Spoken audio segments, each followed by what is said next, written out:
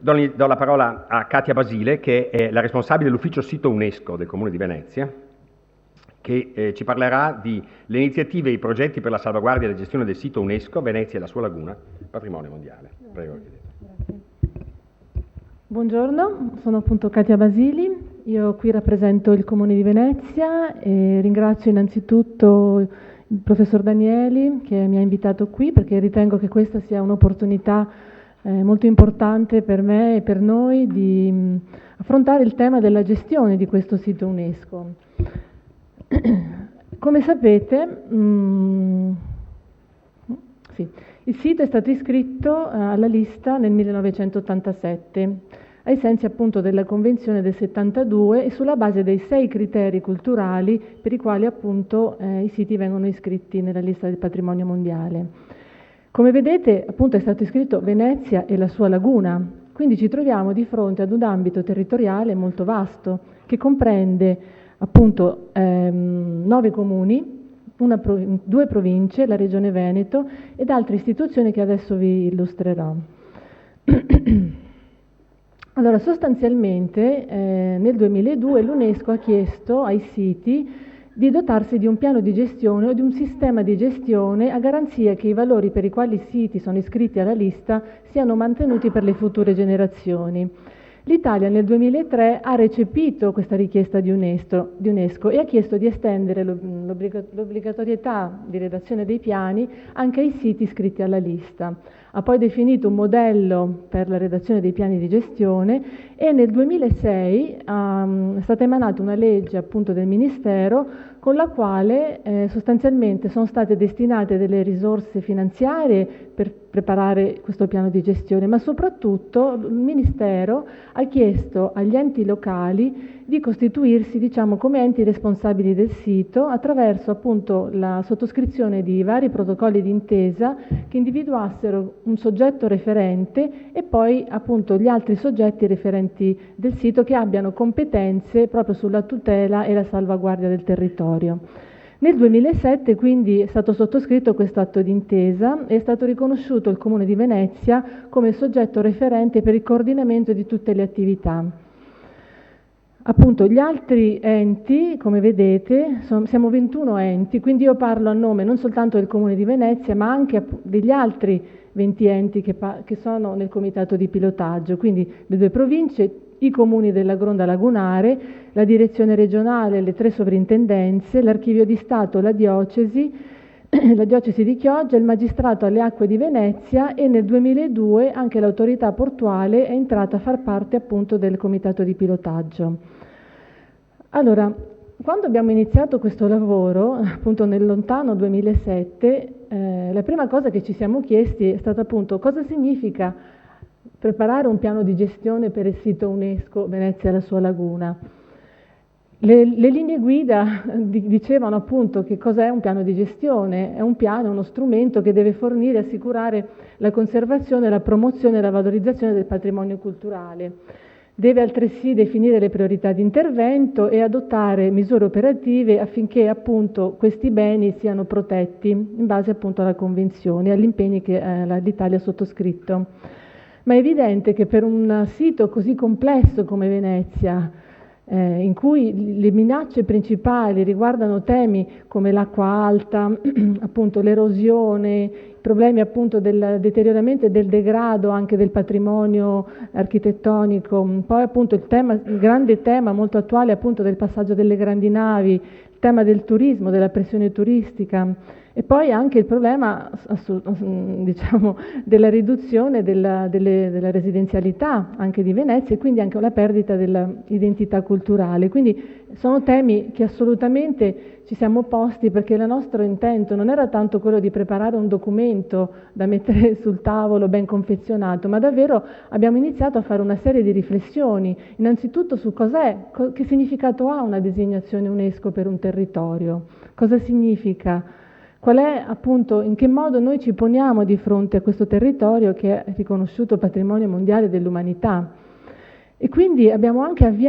necessità proprio di avviare uno scambio di conoscenza sui temi, perché appunto gli enti, avete visto, 21 enti, stanno lavorando, ciascuno per le proprie competenze, quindi anche semplicemente fare una ricognizione di tutto quello che si sta facendo in ambito lagunare, si sta facendo molto comunque da parte appunto di tutti gli enti, è stato proprio importante capire quale sia proprio il significato di questa designazione, sia come impegno ma anche come opportunità.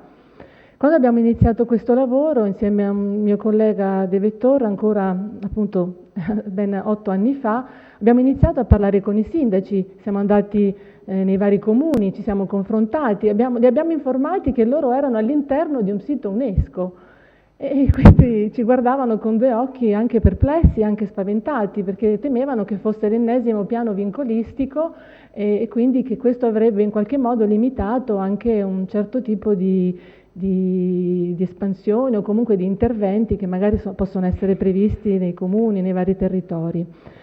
E quindi abbiamo avuto proprio l'esigenza di condividere questi temi prioritari. E quindi abbiamo iniziato, attraverso il supporto dell'Ufficio UNESCO di Venezia, abbiamo avviato proprio un processo partecipato di consultazione, proprio perché nello scenario anche istituzionale il tema del piano di gestione del sito UNESCO è stato molto trascurato e allo stesso tempo era poco conosciuto anche come esigenza. Abbiamo avviato appunto una serie di tavoli tematici su appunto questi macrotemi, perché abbiamo identificato appunto 5 macrotemi sui quali era necessario assolutamente avere un confronto tra gli enti, e quindi la pianificazione del governo del territorio, ovviamente la conservazione e la tutela del patrimonio, la fruizione sostenibile del sito, che riguarda anche tutto il tema del turismo sostenibile, della mobilità. Un tema altrettanto importante sulla comunicazione, la promozione e la formazione, perché spesso ancora oggi, nonostante ci sia un'attenzione forte su Venezia, il tema proprio del senso di appropriazione dei nostri valori, diciamo che ancora non è così diffuso. E poi appunto il tema della conoscenza e condivisione, come prima è stato l'ingegner Rinaldo ha sottolineato, cioè a Venezia siamo veramente fortunati, abbiamo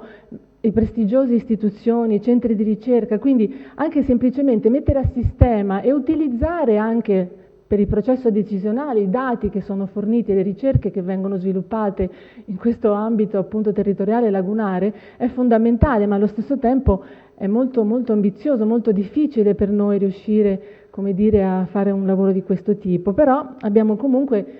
messo intorno a un tavolo molte personalità, qui vedo molti anche che hanno partecipato appunto ai tavoli tematici e nel giro di pochissimo tempo siamo riusciti comunque ad avere molte proposte ed anche abbiamo utilizzato una metodologia nuova anche di confronto, abbiamo utilizzato attraverso alcuni specialisti delle metodologie dell'European Awareness Scenario Workshop e la Consensus Conference, dove praticamente ai tavoli si sono disegnati degli scenari e anche rappresentanti di enti con interessi e prospettive diverse sul territorio hanno avuto l'opportunità di confrontarsi, dove appunto nell'ambito, abbiamo fatto questi seminari appunto alla sede di UNESCO, è stato importante proprio realizzarli lì perché l'UNESCO in questo senso rappresentava una piattaforma neutra di scambio, dove non c'erano enti particolari che prevalevano sugli altri, quindi era anche un modo nuovo di lavorare, perché in genere anche nelle amministrazioni comunali si lavora per accordi di programma, conferenze di servizi, mentre il lavoro che abbiamo svolto e la metodologia che abbiamo utilizzato era stata proprio quella di un vero confronto. Libero, proprio dove i vari direttori, è stato anche atteso da direttori, dirigenti, quindi persone anche con potere decisionale, in cui per la prima volta ci siamo trovati quindi ad affrontare il tema di una designazione UNESCO. Quindi successivamente a questi tavoli tematici che hanno comunque fornito a noi come struttura tecnica la possibilità di elaborare davvero quelli che potevano essere i contenuti di questo piano di gestione, abbiamo elaborato delle sintesi SWOT, le abbiamo condivise insieme agli enti e quindi c'è stato un grosso lavoro che è durato altri 2 anni per sostanzialmente arrivare al documento. Ovviamente, come dicevo prima, il documento è un documento in continua evoluzione, noi consideriamo questo documento come il punto di partenza, diciamo che la cosa più importante è appunto avviare un sistema di gestione assieme agli enti appunto preposti. Quindi nel 2012 abbiamo presentato il piano, poi in tutte le amministrazioni comunali che sono coinvolte. I sindaci, se all'inizio appunto erano perplessi, poi hanno capito attraverso il lavoro che abbiamo fatto, che è stato un lavoro anche di formazione, di apprendimento reciproco su quello che si sta facendo, proprio un modo anche di cambiare approccio culturale, come veniva anche detto prima. E quindi i sindaci stessi si sono resi protagonisti di questo lavoro e l'hanno presentato attraverso delle presentazioni pubbliche nei propri comuni, coinvolgendo i propri cittadini, le associazioni, e quindi è stato fatto un lavoro di appropriazione di questo documento che è proprio il risultato comunque di un lavoro fatto insieme. Adesso qui alcune foto di queste giornate. Allora, brevemente, proprio per darvi una piccola sintesi di come si organizza il piano, poi lo potrete scaricare comunque sì, nel sito web che poi vi dirò. Comunque sostanzialmente il piano affronta ovviamente 8 macro emergenze, perché non potevamo per Venezia, come dire, eludere temi così importanti, quindi il rischio idraulico, l'acqua alta, il moto ondoso, inquinamento, spopolamento, pressione turistica, grandi opere, pesca illegale e degrado edilizio urbano. Per queste macro emergenze noi abbiamo condiviso insieme agli altri enti quelli che sono gli indirizzi. Devo precisare una cosa, allora quando parliamo di macro emergenze il piano di gestione non si occupa direttamente, perché noi non abbiamo le competenze dirette per trattare questi temi, ma è evidente che essendo appunto il magistrato, la regione, le sovrintendenze all'interno del comitato di pilotaggio, le competenze per questi elementi vengono demandate diciamo agli enti che già stanno operando su questo versante. Però è stato importante comunque definire insieme a questi enti quelli che sono gli indirizzi. E infatti poi gli enti hanno approvato ovviamente il piano di gestione e si sono impegnati anche a seguire diciamo, questi indirizzi o raccomandazioni. Non entro nel merito qui del tema, cioè il dettaglio delle macroemergenze, ma comunque volevo giusto mostrarvi come si struttura il piano. Allo stesso tempo il piano di gestione poi ha definito 4 piani di azione con relativi progetti.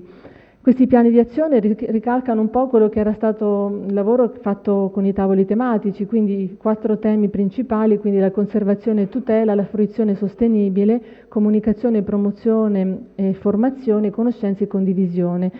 E anche qui abbiamo condiviso una serie di obiettivi strategici e di progetti che sono stati appunto individuati come progetti di sistema e progetti puntuali, dove sostanzialmente i progetti di sistema sono quelli che noi stiamo attivando assieme a tutti gli enti responsabili, mentre i progetti puntuali sono quelli promossi dai singoli enti. Quindi non so, la sovrintendenza sta facendo insieme a noi un lavoro sugli impatti dell'usura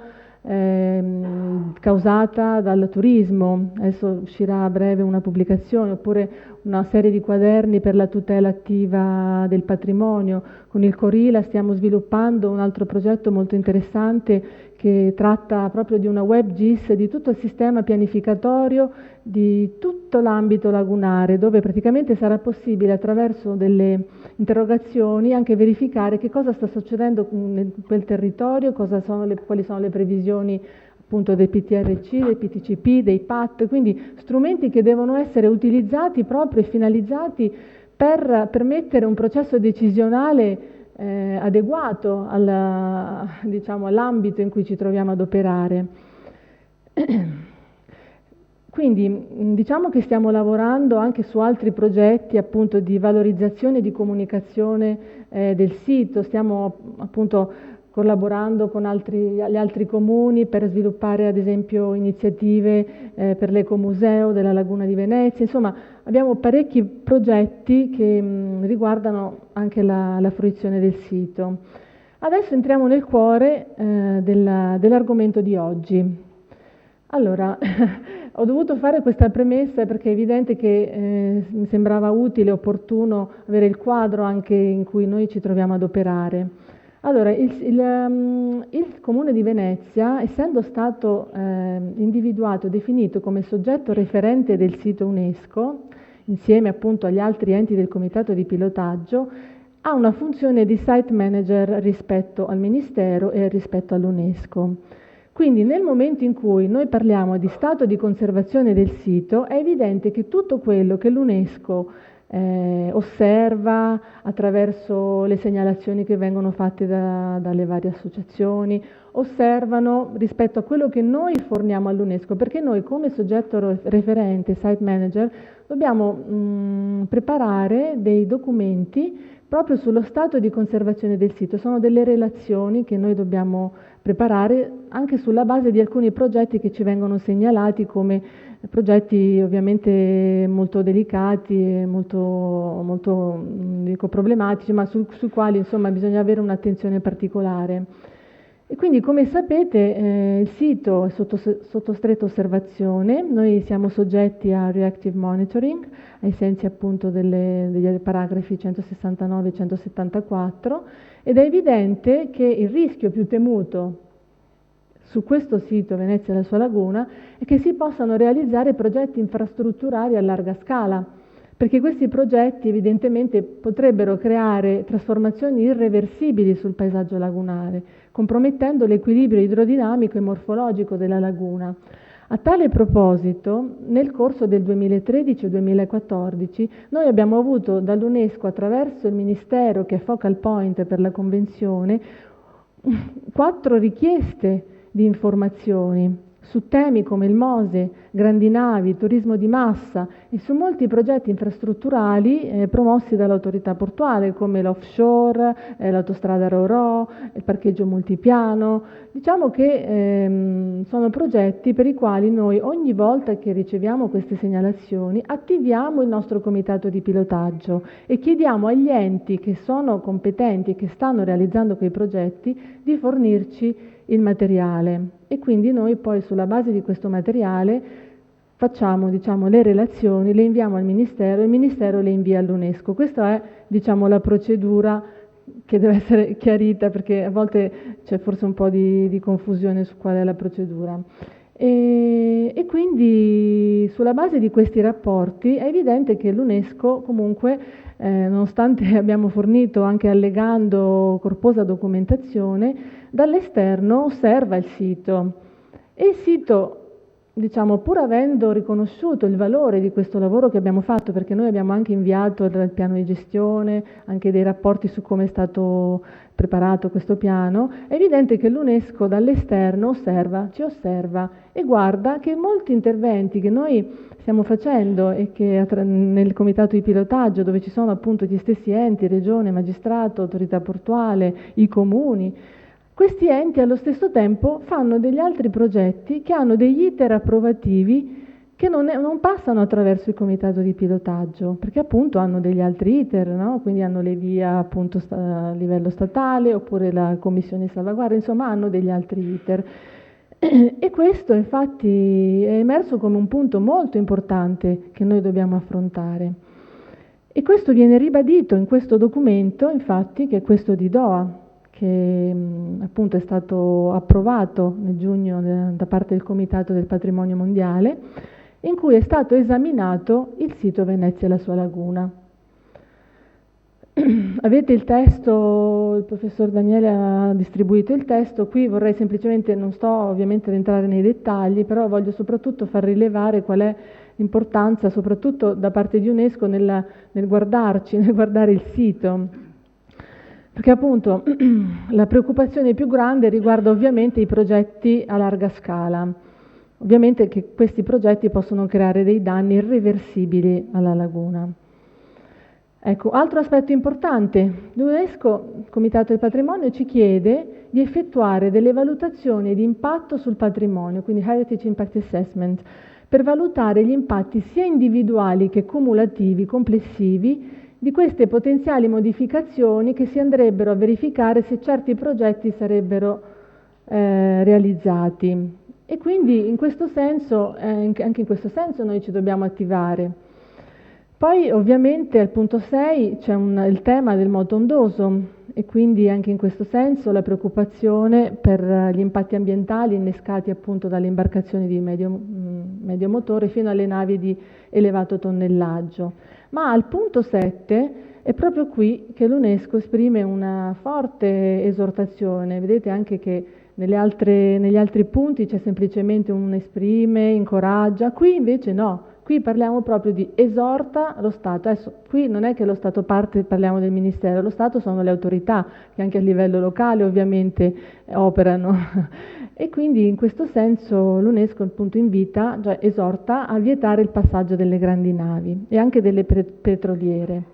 e chiede inoltre allo Stato di adottare in via d'urgenza un documento che introduca tale processo.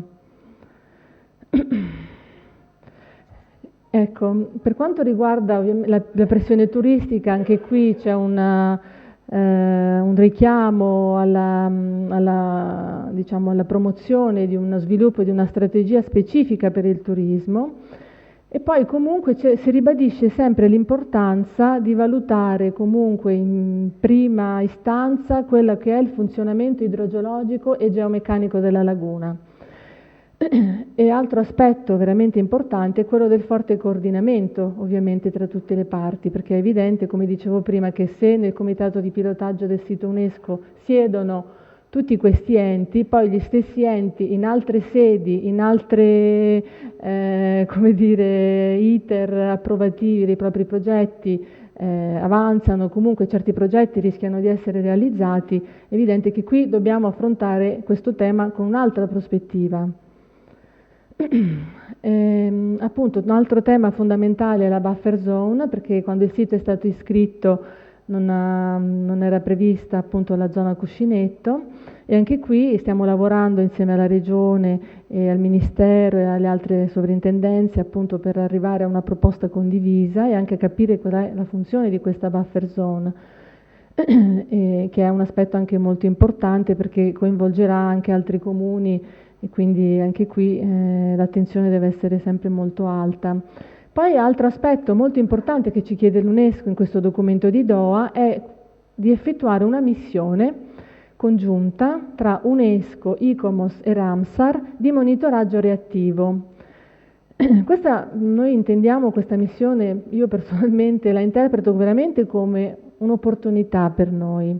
Da un lato è un'opportunità per far capire all'UNESCO la complessità di questo sito, perché è vero che ci sono molti enti, è vero che abbiamo molte sfide da affrontare importanti, ma allo stesso tempo stiamo facendo molto, cioè gli enti sono impegnati comunque nella tutela e allo stesso tempo è un'opportunità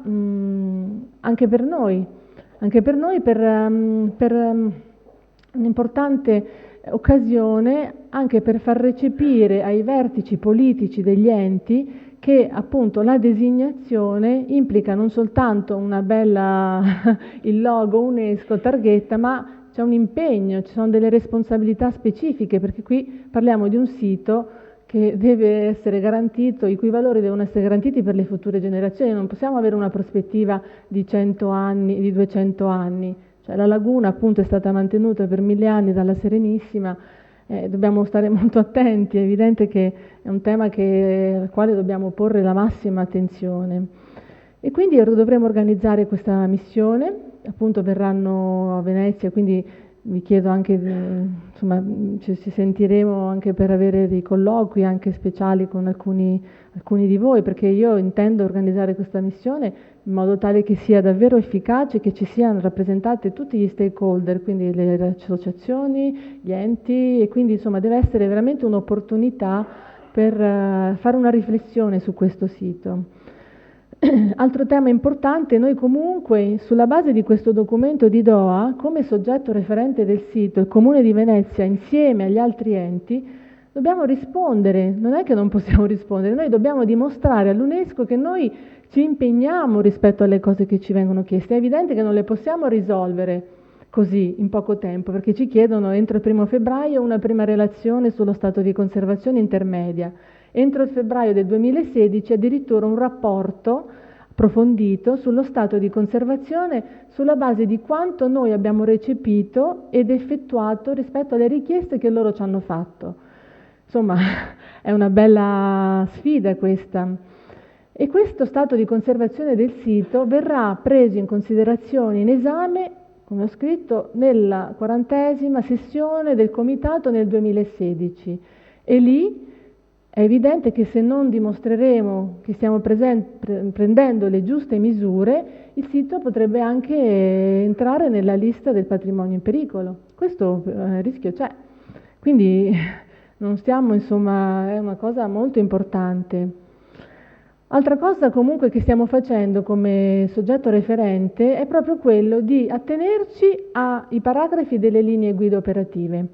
Come soggetti referenti, appunto come comitato di pilotaggio, noi dobbiamo, in base all'articolo 172, perché siamo sotto monitoraggio reattivo, inviare all'UNESCO tramite il Ministero che è focal point della Convenzione tutti i progetti preliminari che poi saranno analizzati e che potrebbero minacciare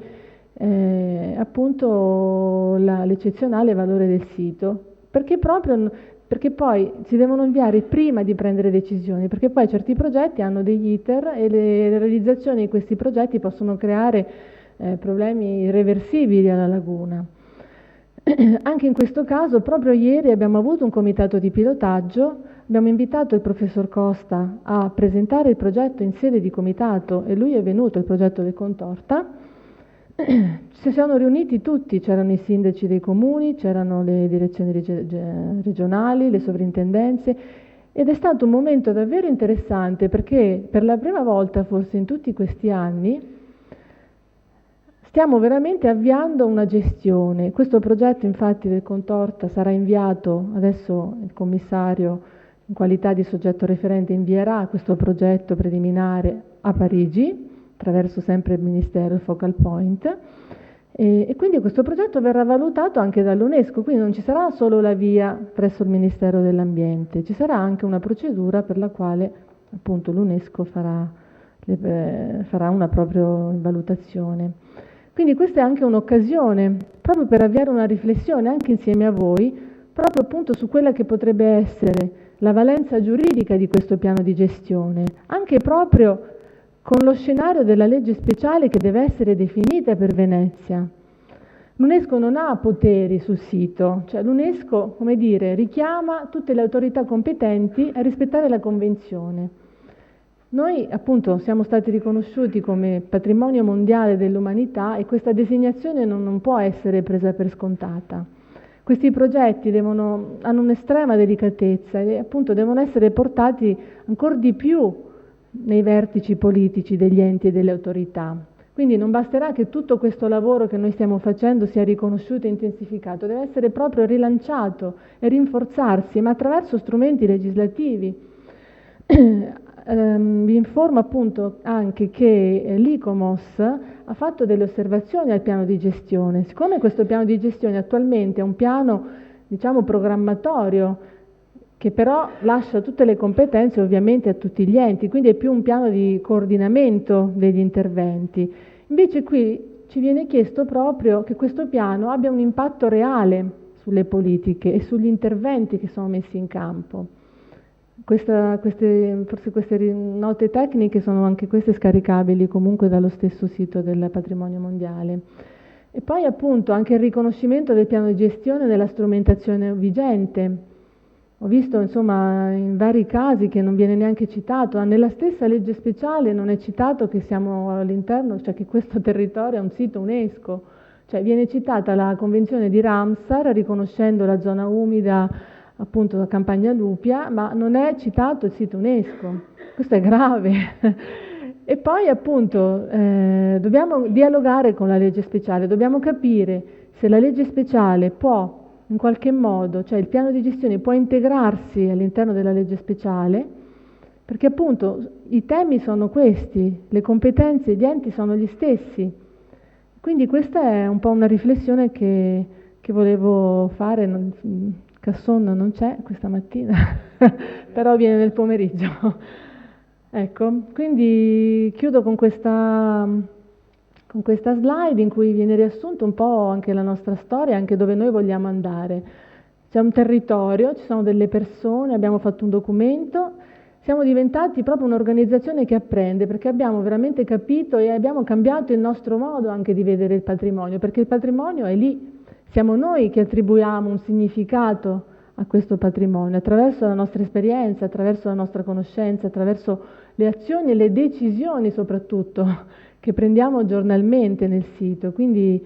ecco, spero di essere stata chiara. Per qualsiasi approfondimento su questo lavoro io sono disponibile. Per me questi sono momenti importanti di condivisione, perché spesso siamo talmente oberati dal nostro lavoro quotidiano, perché la gestione di un sito è veramente una cosa quotidiana. Cioè, a volte da fuori, sì, siamo sito UNESCO, ma cosa vuol dire essere sito UNESCO? Sito UNESCO siamo noi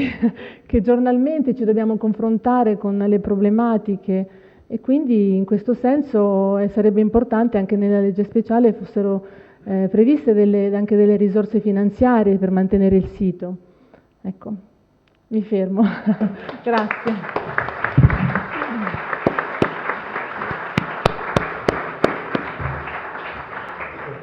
La ringrazio.